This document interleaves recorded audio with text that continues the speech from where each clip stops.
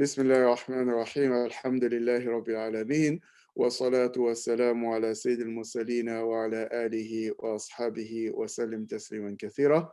This is اللهم علمنا ما ينفعنا وانفعنا بما علمتنا واجعل العلم حجة لنا لا حجة علينا آمين. We ask Allah to make us benefit from what we learn and to benefit also others from what we have learned. So this is the second meeting for the Maliki fiqh, and today is the actual beginning of fiqh. What was said yesterday is mostly aqidah, theology, and some introduction about the Maliki fiqh and the major sources, as well as the commentary and the summaries. So for today, we'll start fiqh, and the book is Tadreeb Assalik, which can be translated by training of the wayfarer for the nearest pathways in the madhab of Imam Malik, and it is authored by Sheikh Abdul Aziz Hamid al-Sheikh Mubarak. And this slide is originally prepared by Sheikh Naif Ibn Abdul Rahman al-Sheikh, and we have his permission to use it. And he has, as I mentioned yesterday, a YouTube channel dedicated to the Maliki Madhab for those who want more information and want to advance the studies of the Maliki Madhab. Unfortunately, it is for now in Arabic only, but that's it. Let's start. Majid, Bismillah, Faddal. بسم الله الرحمن الرحيم. يقول المؤلف رحمه الله ونفعنا بعلومه وعلومكم. باب في أركان الإسلام. عن ابن عمر رضي الله عنه قال رضي الله عنهما قال قال رسول الله صلى الله عليه وسلم بني الإسلام على 5: شهادة أن لا إله إلا الله وأن محمد رسول الله وإقام الصلاة وإيتاء الزكاة وصوم رمضان والحج. متفق عليه. So here the author, as a second introduction, want to mention the pillars of Islam, and he mentioned the famous hadith of Abdullah ibn Umar, in which the Prophet ﷺ said that Islam was built upon 5 things, 5 pillars. The first is the testimony, bearing witness that there is no God but Allah, and that Muhammad is the messenger of Allah, and then establishing prayer, giving zakat, fasting Ramadan, and going to Hajj. So the book actually will cover all these pillars of Islam and more teachings of Islam. في أحكام الإسلام. اعلم وفقك الله أن أحكام الإسلام 5 عليها تدور أعمال المكلف وهو البالغ العاقل.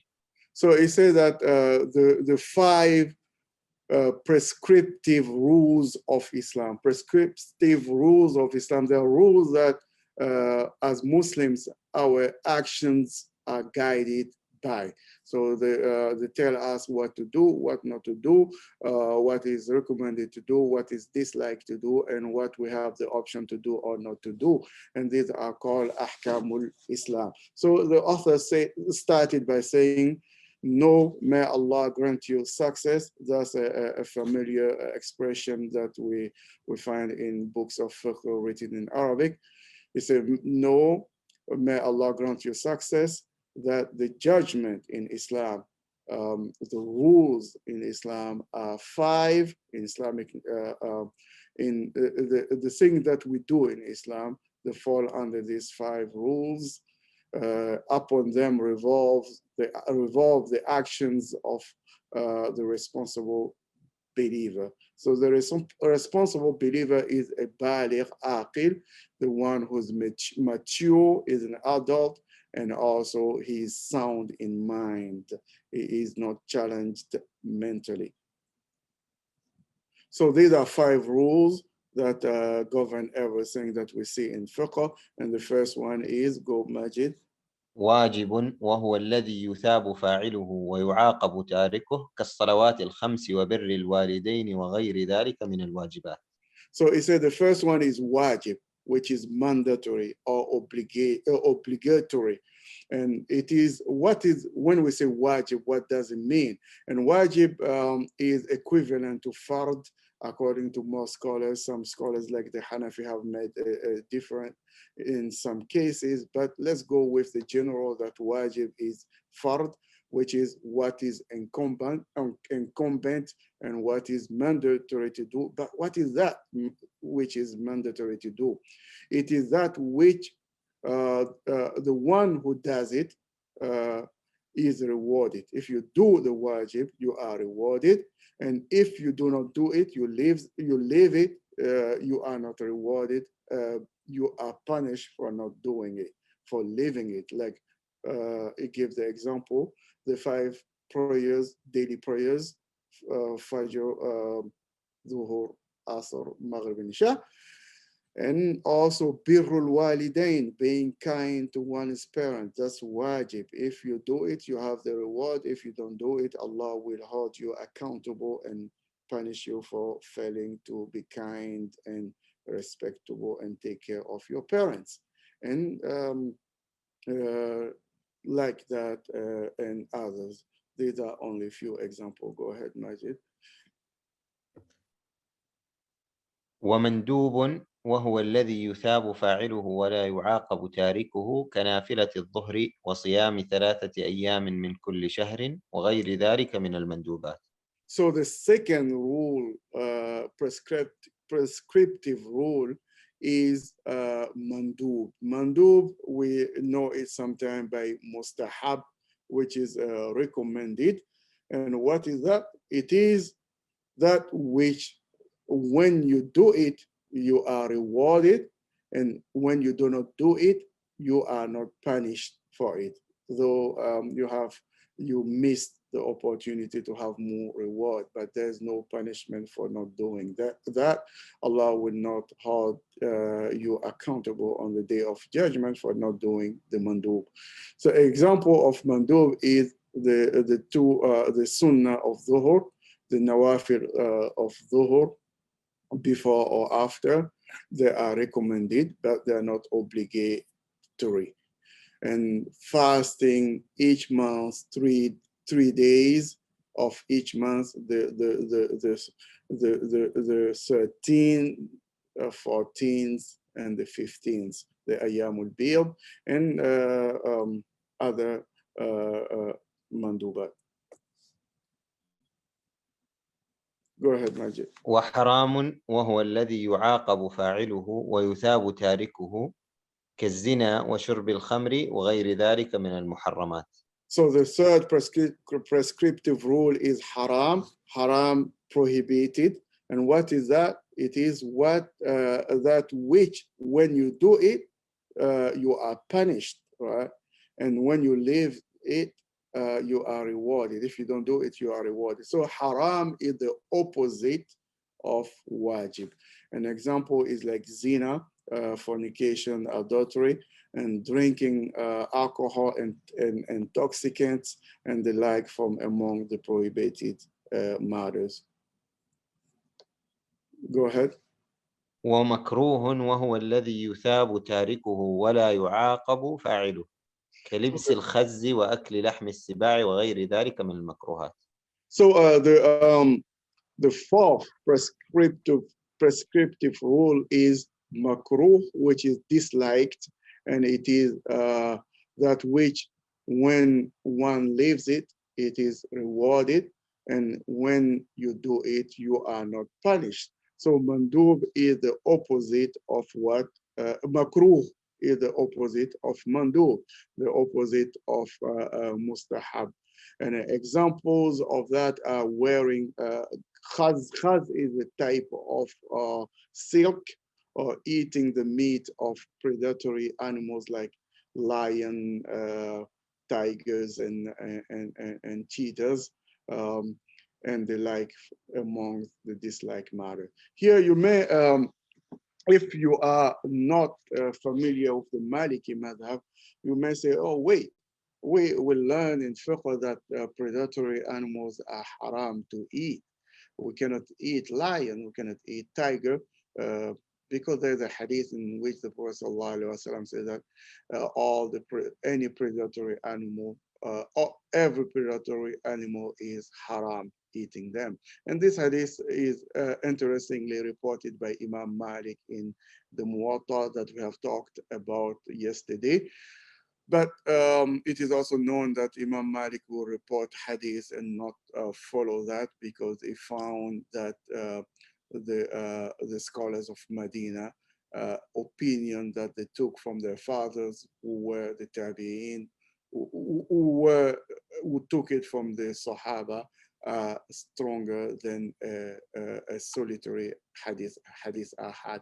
So for the Maliki madhab, those animals are not haram, they are makruh, they are disliked. And makruh does not mean that you do it. You cannot say, oh, it's makruh is light, let's do it. No, it simply means that it did not reach the level of haram, but it is not recommended to do it unless if there's a need or necessity. ومباح وهو الذي ليس في فعله ولا في تركه ثواب ولا عقاب كأكل لحم الضأن ولبس الكتان وغير ذلك من المباحات. So the fifth prescriptive rule, أحكام الشريعة or أحكام المكلف, is mubah. Mubah is permissible, or you can translate it as also neutral. And these are things that doing them or not doing them does not are not related, do not attract punishment or reward. So they are neutral. You can choose to do it. There's no reward for doing it. Or you can choose not to do it. There is no punishment from doing it. But in usul al-fiqh, this is debated also, that if you eat, for example, the example that you mentioned, eating meat of sheep or wearing linen, all these are permissible. But if you do them with the intention of good thing, for example, eating meat to be strong enough to help other people, if you do that, you are rewarded for your intention. So go ahead, Majid. كتاب الصلاة كتاب الطهارة والصلاة. اعلم أن الصلاة لها شروط منها ما. Yeah, he said that this is the book of, so that's the first book in this fiqh book, the book of purification and prayer. So he said, know that prayer has conditions. It has preconditions, conditions that must be fulfilled before you even start praying. So it has conditions or preconditions, and that some of them are the preconditions of prayer are divided into three categories, three types, and this is what it will mention now. قال منها ما يتوقف عليه الوجوب وهو البلوغ وعدم الإكراه. So the first set of preconditions for prayer is what the obligation or the incumbency of the prayer is contingent upon. So it means that if these conditions are not met, prayer is not obligatory on you. So there are two preconditions of this type, preconditions of obligation, and these are maturity, being mature, being adult, and not being forced to leave the prayer. So if you are adult and prayer is obligatory on you, and but if you are not, it is not obligatory on you. Children are not obligated to pray, but parents encourage them to pray. And the second precondition of that is you are free. You are not forced to to leave prayer. Some people may be in a situation, a jail situation, where intentionally they will be forced not to pray or not put the prayers, the facility for them to pray. You can argue that here you can pray in your mind if you're not able to do the movement, and your prayer will be valid. But here is talking about a prayer, a full prayer, not a special condition prayer. Go ahead. ومنها ما يتوقف عليه الصحة وهو طهارة الحدث وطهارة الخبث وستر العورة واستقبال القبلة والإسلام وترك المبطلات.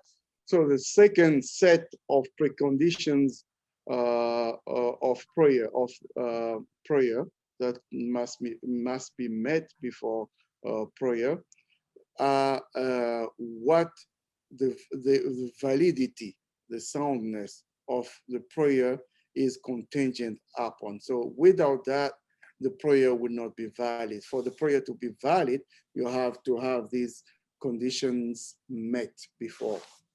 So these are purity from hadath, being clean from hadath is a symbolic filth, a symbolic impurity, something that you don't see, but the Sharia consider it not to be pure. Let's say that you took a shower, you have a perfume and everything, and you pass wind, you pass gas.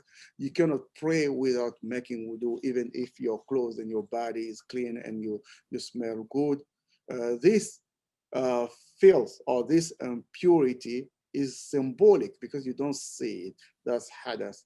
So a precondition of prayer that you have to be pure, clean from the symbolic impurity, as well as for the material impurity, which is khabas, and we will see what is khabas very shortly. You have to make sure that you have wudu. Simply is saying that you have to make sure that you have wudu, and that your clothes or your body or the place of prayer is clean. It does not have any najasa on it, like blood or urine or any type of najasa, pork, meat, if for some reason is in the place. A second example of a condition of validity for prayer is covering your aura, what is translated as nakedness, not necessarily nakedness, but part of the body that must be covered in prayer before the prayer is valid. And this is for men from the navel to the knees, and for women, the whole body except the hands and the face. And then another precondition is facing the Qibla. If you're facing another direction, you cannot pray. Again, unless if you are in a special condition prayer, like being in an airplane or a boat or making sunnah, or in a place that you don't know the Qibla. But in a normal situation, a full prayer, you must face the Qibla before you even say Allahu Akbar. And another example, and the other, I did not count them, but you can count them. The other precondition is Islam. A non-Muslim who pray his prayer will not be considered prayer salat. And then the last precondition of validity is leaving that which invalidates your prayer. There are things that if you are in your prayer, you do it when you are in your prayer, they invalidate your prayer. So you need to stay away from that.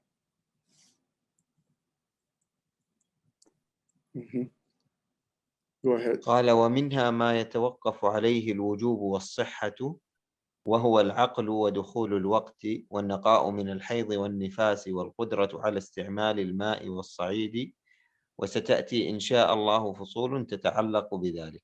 So the third set or type of precondition is the precondition of of obligation and validity together. These preconditions are there are conditions for the prayer to be valid and also for the prayer to be obligatory on a person. And these are both the incumbency and the soundness, the validity of the prayer are contingent upon.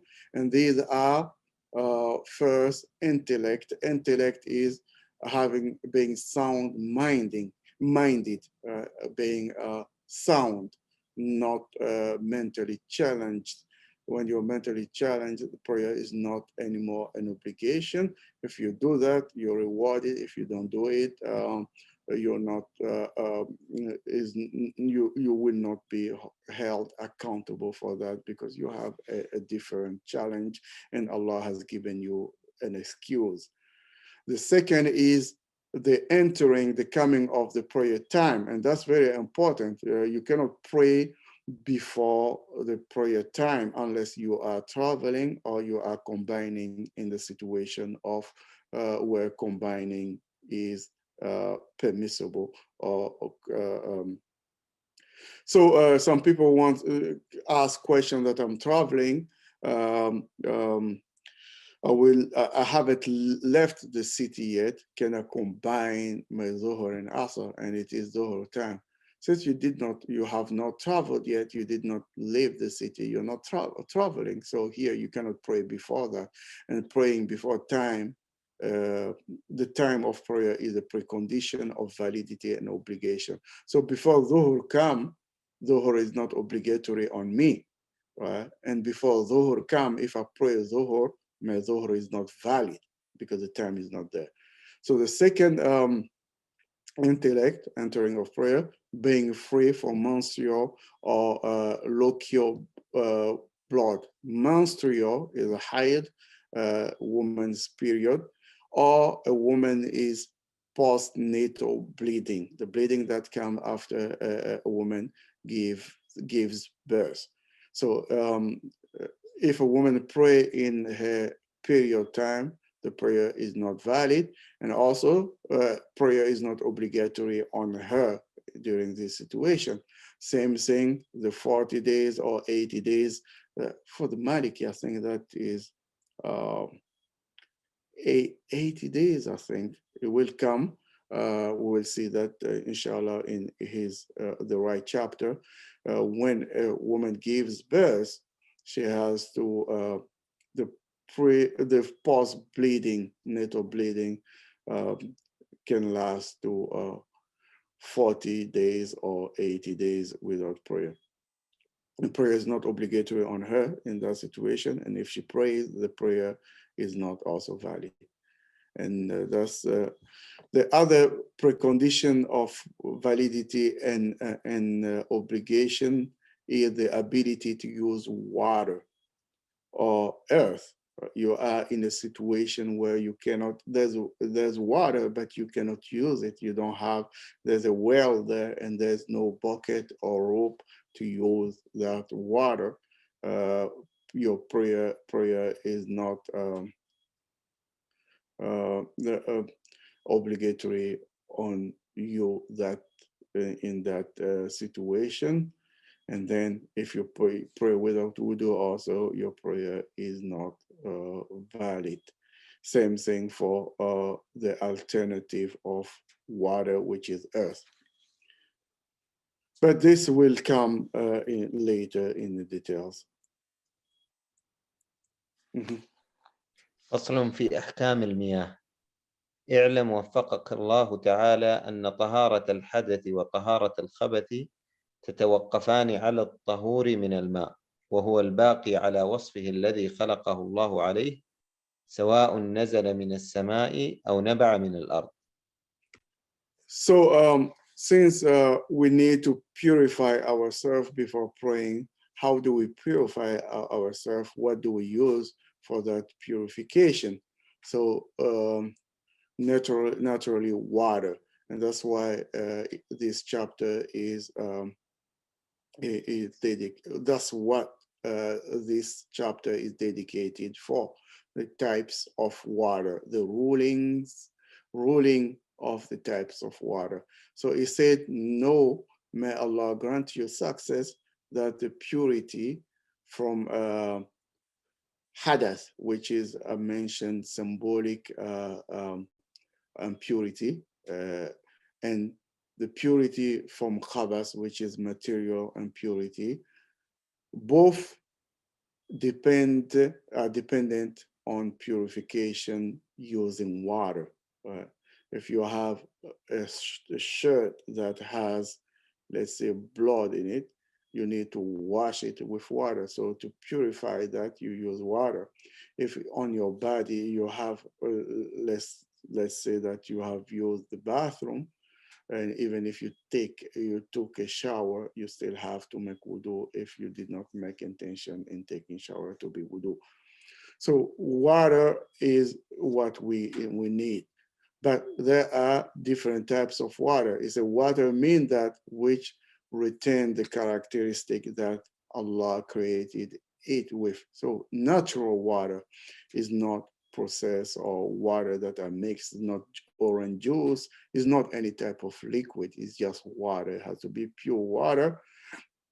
And this pure water, this is whether this pure water can be coming down from the sky as a rain, or from a spring, or a lake, or a river, or the sea.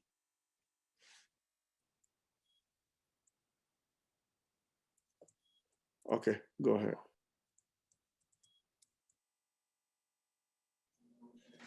I think there is something before that. Okay.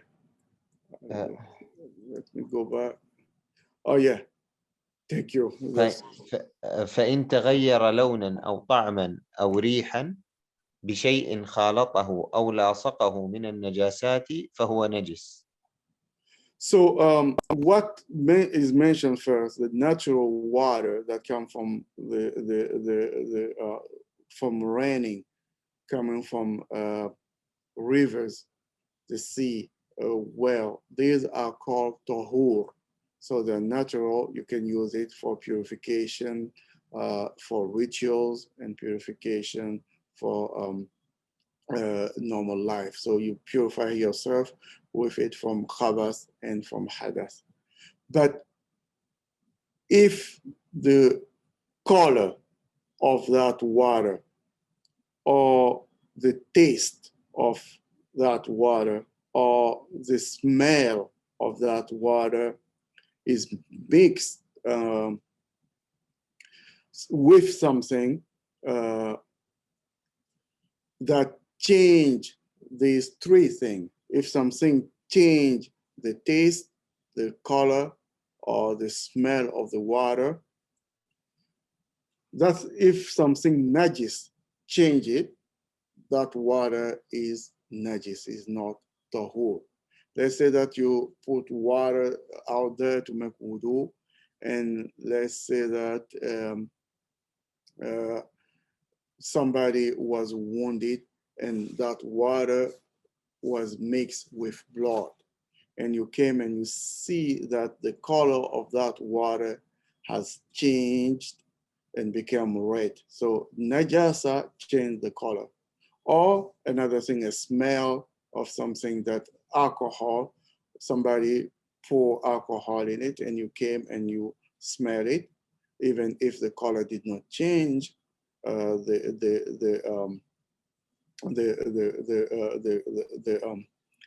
the smell has changed, or the taste has changed. So if najasa changed the taste, the color of, or the smell of the water, that water become najis. So you don't use that water. You cannot use it to purify yourself. Or even, you cannot use that water. وإن كان المغير طاهرا أو مشكوكا في نجاسته أو طهارته فالماء طاهر يستعمل في العادات لا في العبادات.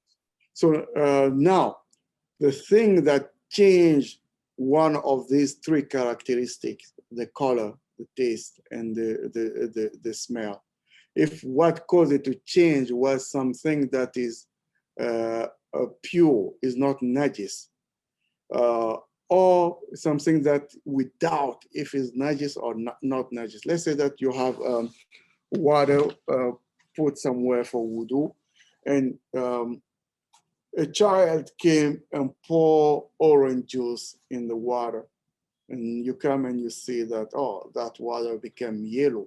So orange juice is not najis, is pure because we drink it. But the water, the color of the water is changed by something that is pure here. That water is tahir, but is not tahur, right? So you use it for life. You can drink that water, you can wash the dishes with it, but you cannot use that water to make ablution. So same thing if what caused it to change the smell was tahir. Or let's say a perfume. You came and you find that somebody put a perfume in the water, it's smelling like the perfume. You still, I'm not sure about the perfume though. That may not be a good example. Let me try to find another good example. But anyway, that's the general idea. Go ahead. ولا يضر تغير الريح بالمجاور ولا تغير الأوصاف بشيء من أجزاء الأرض كالمغرة والشب وسائر المعادن ولا بالمقر والممر وطول المكث والمتولد من الماء ما دام حيا وأثر الدباغ. So, but exception is made in some cases. Water is not, does not change. The study of natural water that we use for wudu is not changed by the smell changing because of something adjacent to it. Right?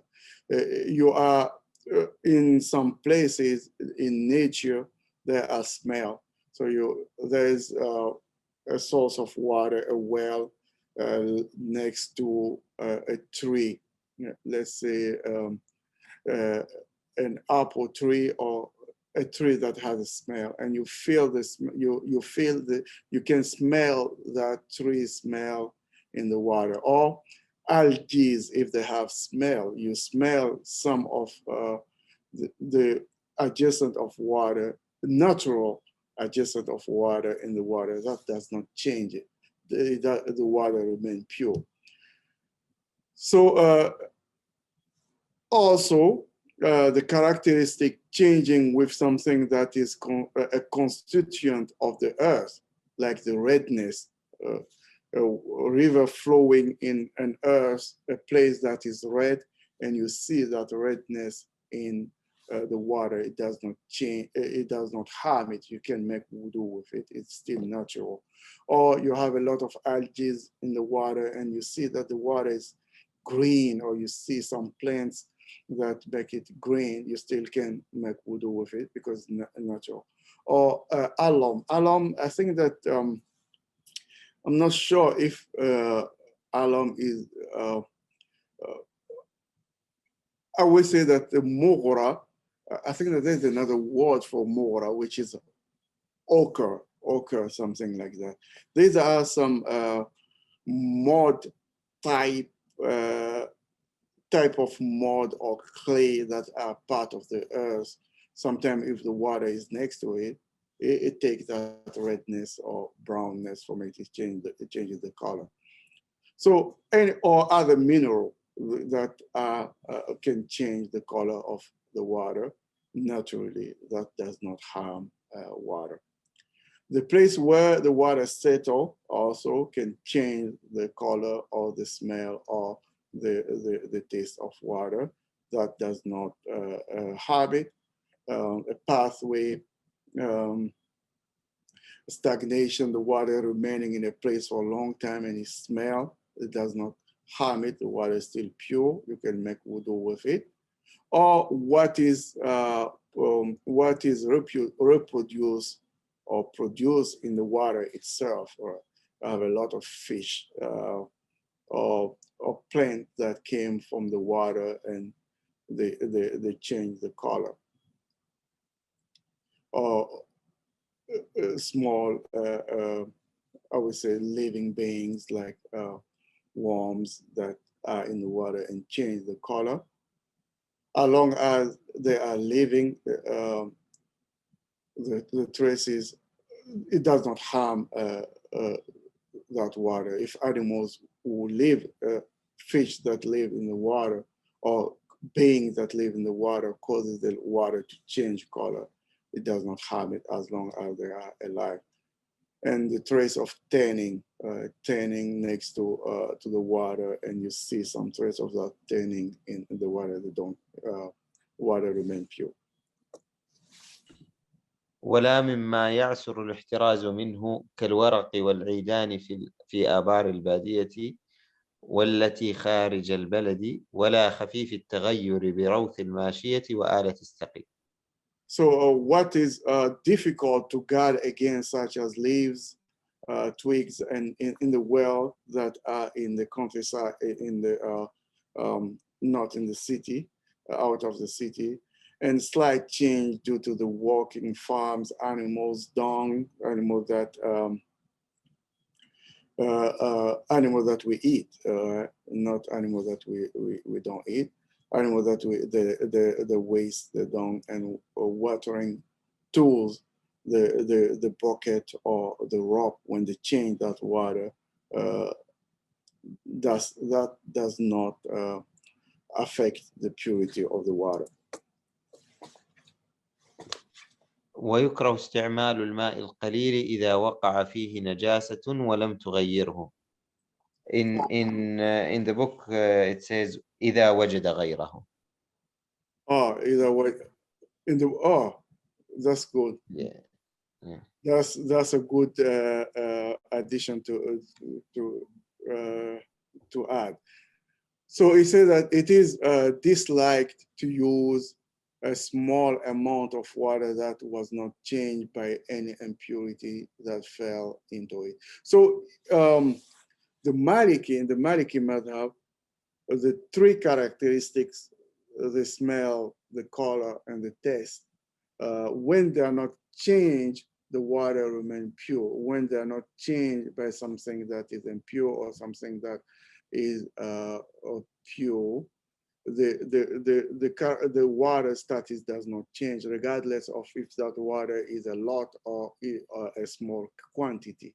For the majority, this only when the water is a big quantity. That's the case that in order to be for the water, the study to change to be impure, one of the three characteristics must change. For the Maliki, even a small amount of water and the najasa fell in it, and the najasa did not change the color, did not change the taste, did not change the smell, that water is still pure. But for the majority, that water is not pure. You cannot use that water to make wudu.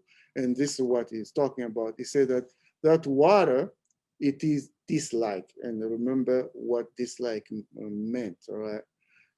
It is makruh to use it if you find an alternative. This is the addition that Majid mentioned, which means that if there's no alternative, this is the only water that you have, you can use it and it will not be makruh.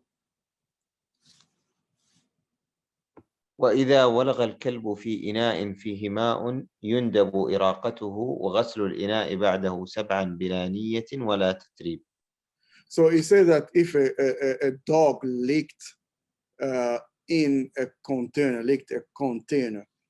you have a plate outside, there's some food there, and a dog came and licked that, walaga, to lick, especially for a dog.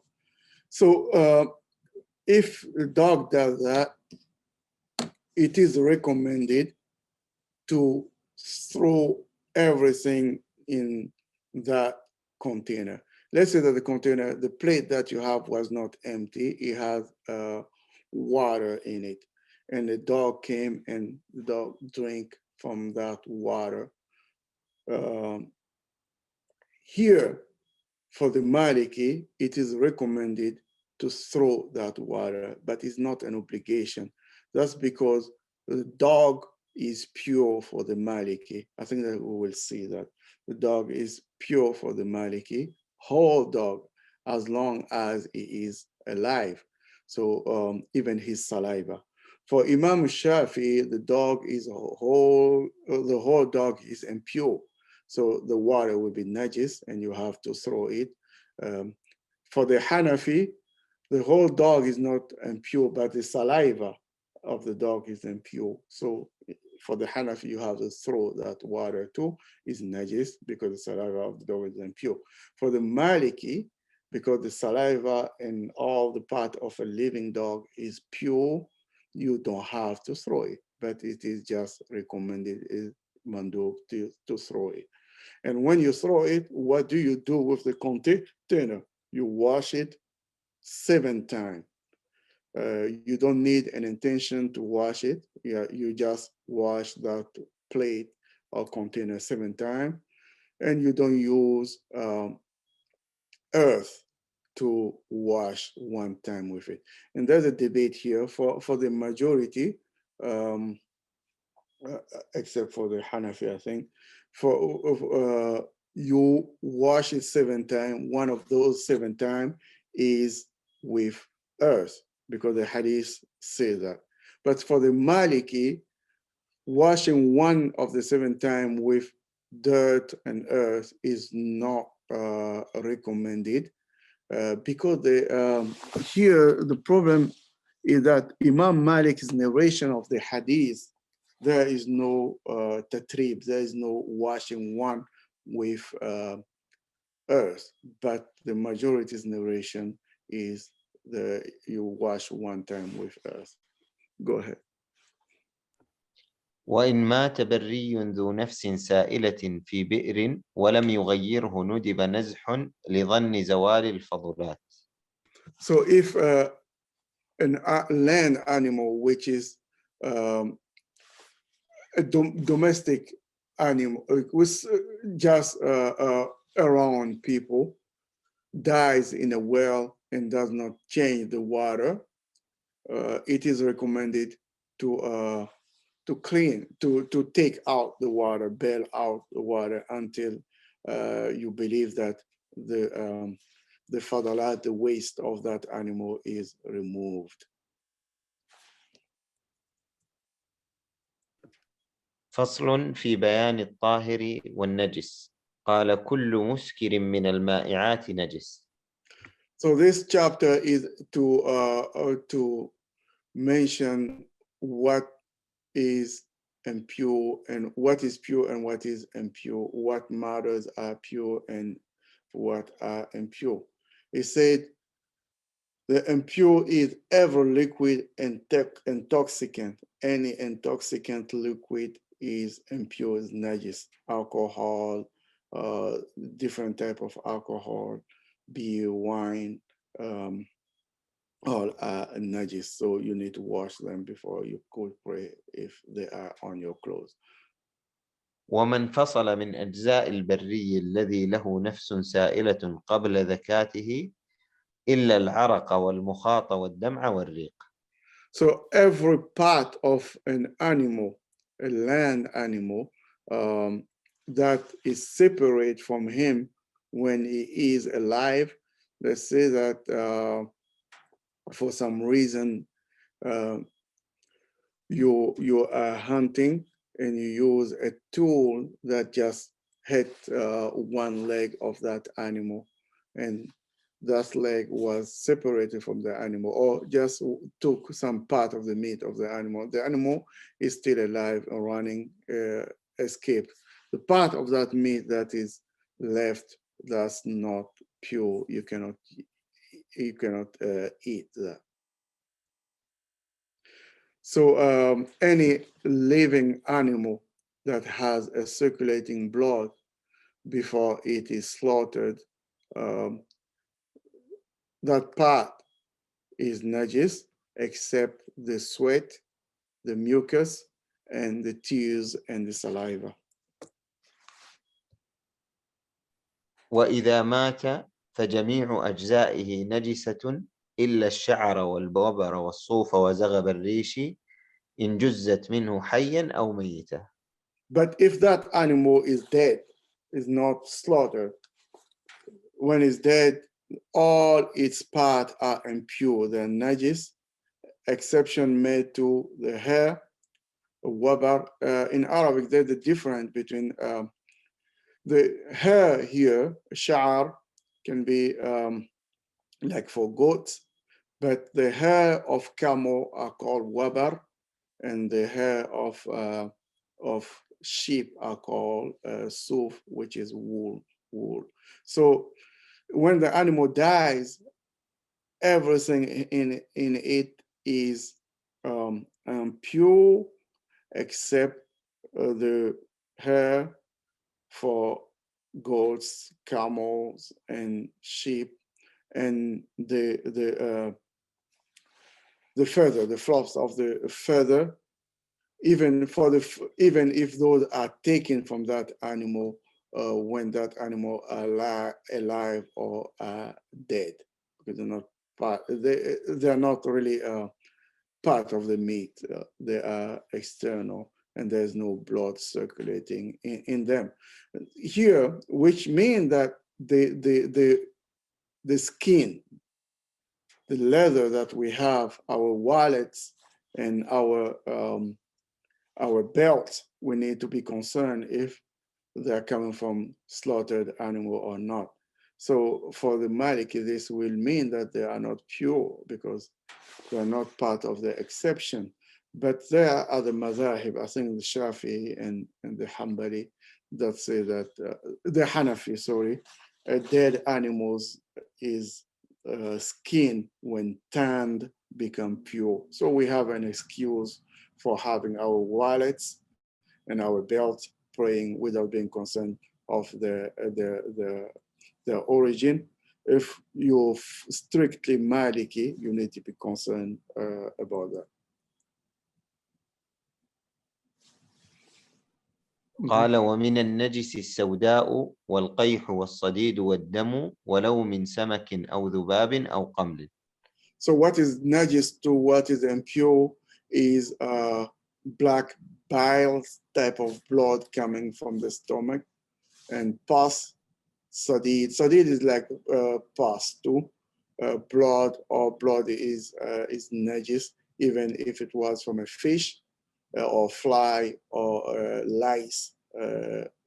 That's najis. والمذي والودي والمني من كل حيوان.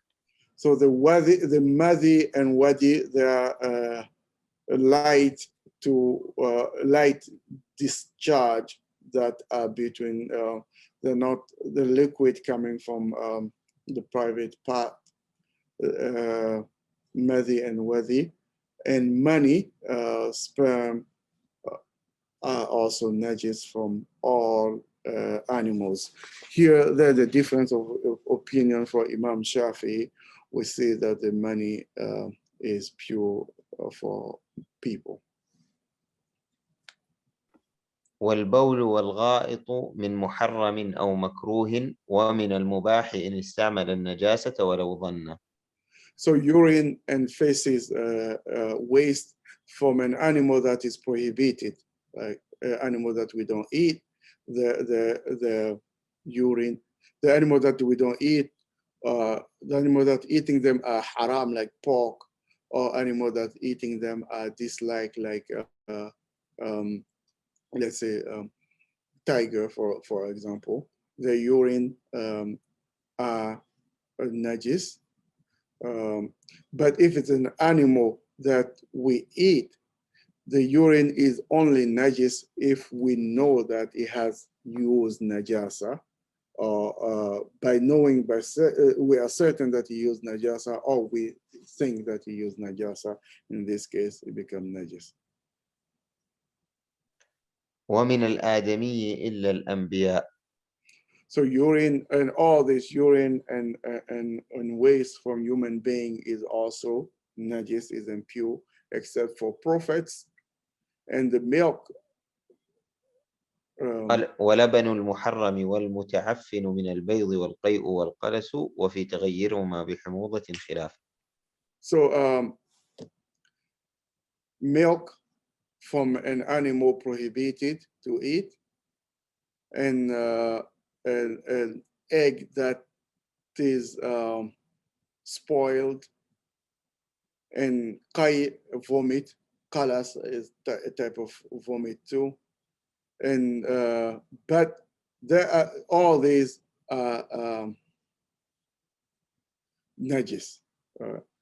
There's a different opinion about the purity if the change was due to bitterness. I think that this refers to the qay and kalas, the vomit.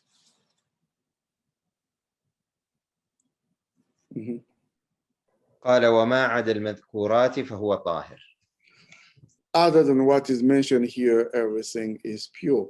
So you can see that what is pure is limited, what is impure is limited, and most of the things are pure. فصل في ذكر المعفوات يعفى عن قدر درهم من دم أو قيح أو صديد أو أثر الذباب الواقع على البدن والثوب من النجاسة. So he says that this is a chapter about excuse impure matters. Impure matter that if you have them, you are excused, you still can pray with them. And he said the things that are excused are the size of dirham of blood. A dirham is a coin, so it will be a little bit bigger than, it will be bigger than a quarter. I think that to the side of the $1 coin, around that. So if you have blood that is not more than that, that's okay. You can, if on your blood, your clothes, there's a blood that's not more than the amount of a dirham, or you can pray with it. Same thing for pus and sodid.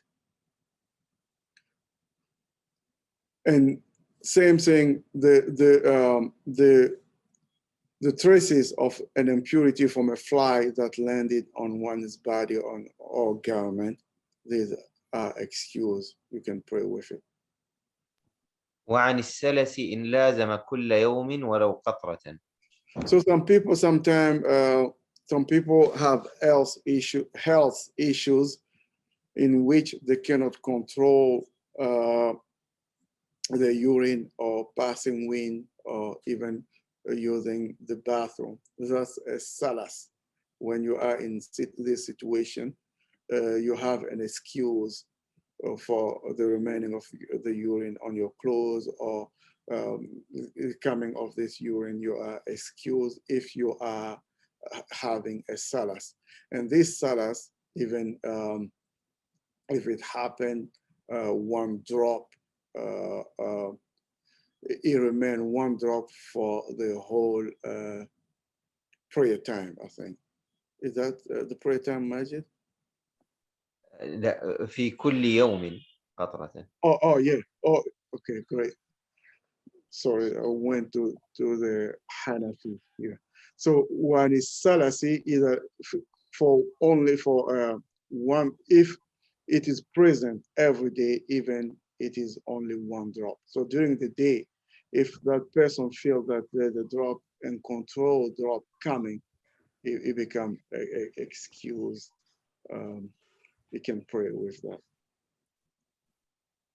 وأثر الجروح والقروح والدمامل إلا من دمل واحد فجر اختيارا. So the traces of wounds, sores, and boils, unless it was from a single boil that was open voluntary. You have a swelling in your body and it has a pus in it, and you open it voluntarily. This will not be excused. Other than that, you have an excuse. وكل ما يعسر الاحتراز منه كثوب مرضعة وزبال وجزار. And everything that is difficult to get rid of, such as the case of the clothes of the person who's breastfeeding, a woman breastfeeding, or a person who's working as a garbage collector, or a butcher that always there's meat blood on his clothes. Here it's difficult for him to get rid of that. So he has an excuse and he can pray in that situation. قال وما يصيب في الطريق من الطين وماء بسبب مطر أو رش إذا اختلط بنجاسة إلا إذا غلبت أو أصاب عينها. So what gets on a person while on a path, whether it was mud or water, if it got on him, if it got on him was what got on him was due to rain or being sprayed, right? On saying that on the road you're walking and something is sprayed on you from some najasa mixed with mud and some mud, sorry, mixed some mud or something coming from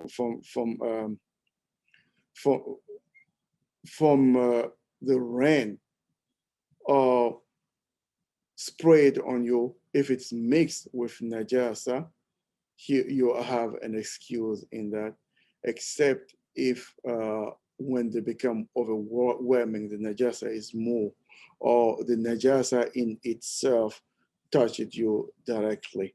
In this case, you are not excused.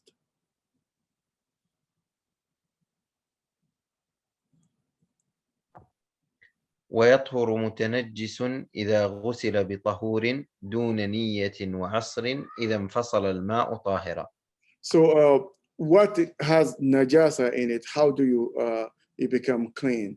So it become clean if you wash it with a tahur water, natural pure water, and you don't have you don't have to make an intention to wash it, and you don't have also you don't have to press it. So it becomes pure if you wash it with water, and the water that separate from it become pure, you don't see the changes in that water anymore, so that clothes become clean and pure. Should we stop here, I think? Or we can go. How many pages do we have left? I think this this chapter is short, but the chapter after it is long. Okay, so let's cover this chapter. قال يحرم على المكلف استعمال أواني الذهب والفضة. So it says that it is prohibited, it's haram for the responsible person, religiously responsible, which is a mature and sound person. It is haram for him to use gold or silver utensils. So you don't eat in a plate of gold or silver, and you don't eat with a fork made of gold or silver. It's haram. وعلى الذكر خاصة ما حلي بأحدهما لبسا أو استعمالا ولو آلة حرب إلا المصحف والسيف والسن والأنف والخاتم من الفضة إن اتحد ولم يزد على درهمين. So for a male, especially, it is prohibited to use what is decorated with silver or gold in his clothes, or to use them, or even if it is a weapon like a gun, a sword.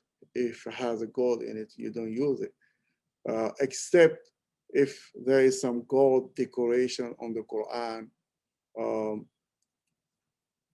Exception is sword, sorry, to make it. So alat harb will be, it would not be general. Alat harb is a weapon, excluded a sword, as it will be mentioned later. So exception is made for the mushaf and for the sword and for the teeth, changing a teeth with gold. And the reason for that is that time, I think that when they did not have technology to replace teeth, the best thing that you can replace your teeth with is gold or silver. It does not rust. If you use an iron, it will be problematic. But I don't know if this should be generalized to modern days when we have alternative. Anyway, same thing for the nose that you use to repair part of your nose with gold or silver, that's permissible. And in a ring of silver, if the amount of gold does not, here, let me see. والخاتم إلا والأنف والخاتم من فضة إن اتحد ذكر حولي بأحدهما. So for the ring of silver, if you mix it with gold, that's permissible as long as it does not is not more than, the value is not more than 2 dirham, or the weight is not more than 2 dirham. Wallahu a'lam. I think اتحد means كان واحدا. It means single ring of fidda. So you cannot have more than one. Yeah, so if the ring is mixed with gold, right? I don't think that's the meaning. I think it mean you are referring, Imam, to the اتحد, كلمة اتحد. اتحد معناه كان واحدا، يعني لم يزد على واحد.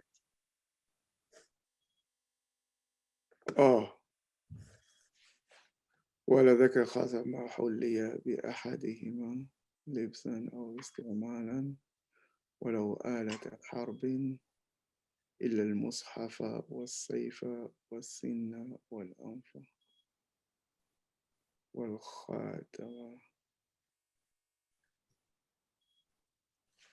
So you're saying that the silver is not permissible unless if it is less than 2 dirham?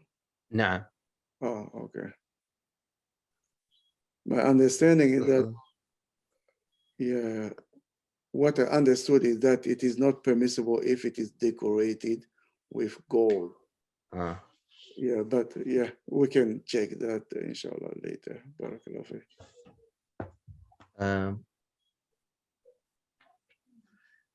There is another slide. Yeah. Okay, go ahead.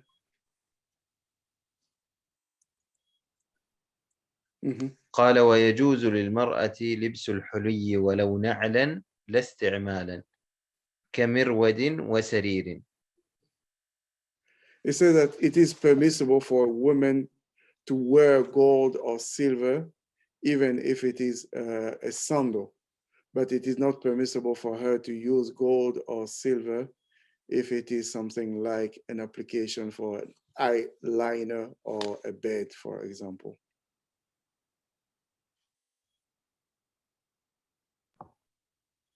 ويجوز لها لبس الحرير واستعماله ويحرم على الذكر البالغ لبسه واستعماله. It is permissible for her to wear and use silk, unlike men who is not permissible to use silk. It is prohibited for a mature male to wear and use silk, but for women, that's okay.